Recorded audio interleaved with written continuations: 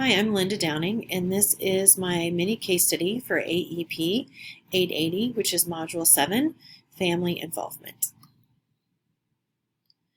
So I'm going to summarize what is going on with our case study. We have Joel Pham. Joel is a Vietnamese student whose parents have been known not to participate in school activities or volunteer. Joel would like to work with his classmate Miles on a science fair project. Their teacher, Mr. Rolnick, stated he would need to speak to their parents because joint projects needed teacher and parent approval. Miss Pham, which is Joel's mother, Miss Pham works for a local small business who encourages its employees to volunteer at their child's school. The business does pay employees for their time away from work while volunteering at their child's school. Miss Pham has chosen not to participate in volunteer work, nor does she participate in any work from home volunteering activities for school. She does regularly attend Joel's parent-teacher conferences. Miss Pham did attend Joel's school as a child. She and her family immigrated to the U.S. after the Vietnam War.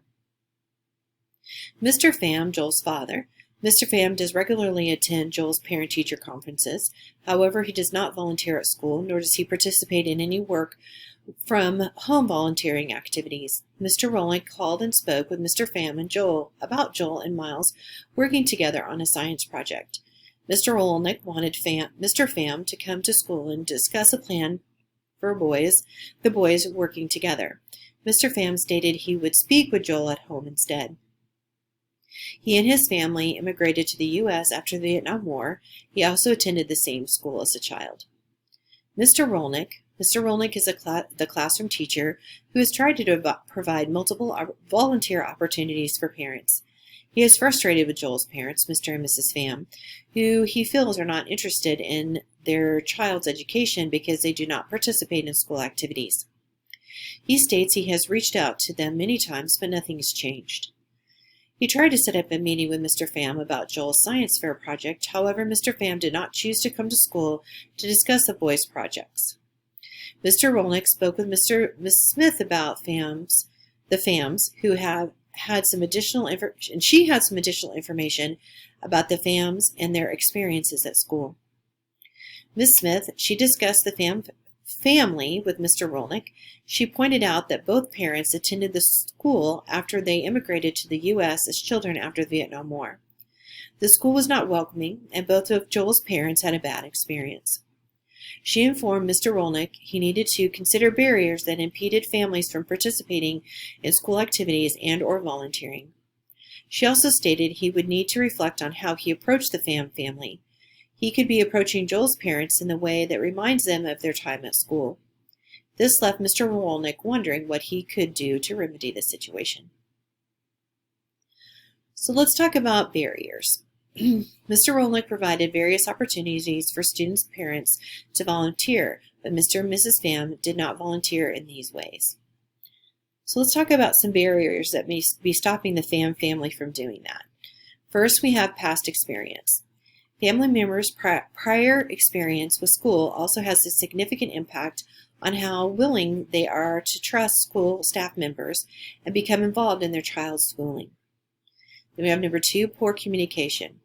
Whether it is miscommunication or a lack of communication on part of both families and schools, these issues can create tension and distrust. 3, history of discrimination. Past and present acts of discrimination in school or in the larger community remain a major barrier to family involvement and trust in schools. 4, differing expectations of parent-teacher roles. Recent immigrants to the U.S. have little knowledge of the public school system. 5, lack of confidence in the school. Family doubts about school effectiveness, teacher competence, and the integrity of school leaders are prime causes of mistrust and unwillingness to engage in communities related to school or activities related to school. My experiences. As a special education teacher, I have worked with many students and families over the years. I am sorry to say that many of the families I worked with were not involved in the school activities for many of the reasons listed above. It is my belief that many parents felt they had nothing to offer or bring to the table. They lacked the confidence that they were capable of making a difference in their child's education life, and nothing could be further from the truth. So I wanted to take the time to talk a little bit about the Vietnamese culture itself. This is where I think Mr. Rolick is making some mistakes or not informing himself enough to know how to deal with the family, because this family is relatively new to the United States. The Vietnam War didn't happen that long ago. And so these families probably very much live their culture at home, just as they would try to live their culture if they still lived in Vietnam. So first, trust is a long process for the Vietnamese. Trust takes years to build and just seconds to destroy, so tread carefully. Vietnamese people, nobody wants to lose face. Vietnamese people care deeply about their reputations and how they're perceived by their friends, family, and colleagues. Elders are respected. The family unit is incredibly strong in Vietnam. They practice Confucian family values. Their experience is respected. So here's an issue. The family unit is very strong, meaning that includes everybody in the family, both close and extended families. Especially the mothers in the family are required to aid the elderly members of the family. So this family, the Phong family, are working 24 hours a day, not only at their jobs, but to also keep the whole family going. So when you think about that, this is probably why Miss Baum does not take time off of work to go and volunteer at school. In the Vietnamese culture, that may be very foreign to them, that they would never think about taking time off work to go do something else. So food, go back to the list, food is an important part of Vietnamese culture. It is rude to leave food uneaten, especially if you are in someone's home and they have cooked for you. Communication is markedly different than Western cultures. Spend time learning about nonverbal and verbal communication. Education. Vietnamese people take education very seriously. They tell you that getting an education is an investment in future generations. Lastly, we have the Vietnam War. You must be sensitive. It is possible that you persons you're interacting with may have experienced the struggles of the Vietnam War. This may be especially true of this particular family. If these children immigrated from Vietnam, then they most likely experienced the Vietnam War directly themselves. So you're dealing also with a family who has a high level of trauma. And they may have loved Vietnam and would love to be able to go back and live there, but that's just not something that they probably can do. So a great website I included is about the Vietnamese culture, which is here, because it tells you specifically in very specific terms how to deal with communication, how they deal with religion, and all of those things are a very big part of the Vietnamese culture and must be taken into account. So I wanted to include this quote: "Culture is a window reflecting the history, culture, and spiritual world of a nation. Culture exchange is a bridge to enhance the mutual understanding and friendship between the people of different nations." Hao Gento. So now we have trust, which is another issue for this family. How should Mr. Rennick, other teachers, and administrators reach out to parents and other caretakers who might have experienced school as a hostile environment when they were students?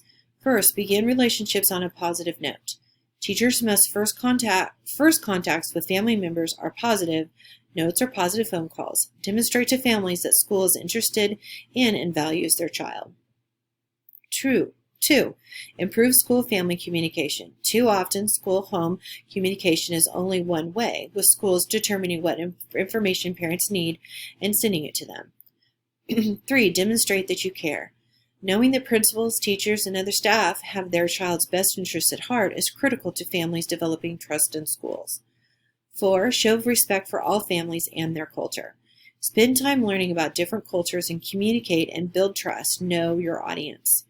5, remember that trust building takes time.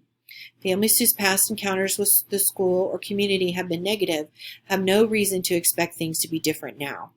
Rebuilding trust takes time and a serious commitment to establishing strong relationships. Remember, kindness goes a long way. So let's talk about my experiences. Once again, as a special education teacher, I've worked with many families whose trust in the special education process is shaky at best. Therefore, it is imperative that they believe in me. I spend time talking with each parent and getting to know them. Working with the same students for a number of years does make this an easier process. I have found that openness and kindness go a long way. It is so important to treat all parents with respect and consideration. A good way to ensure student information is passed along is teaming or working with a veteran mentor. Most important, if you don't know, ask.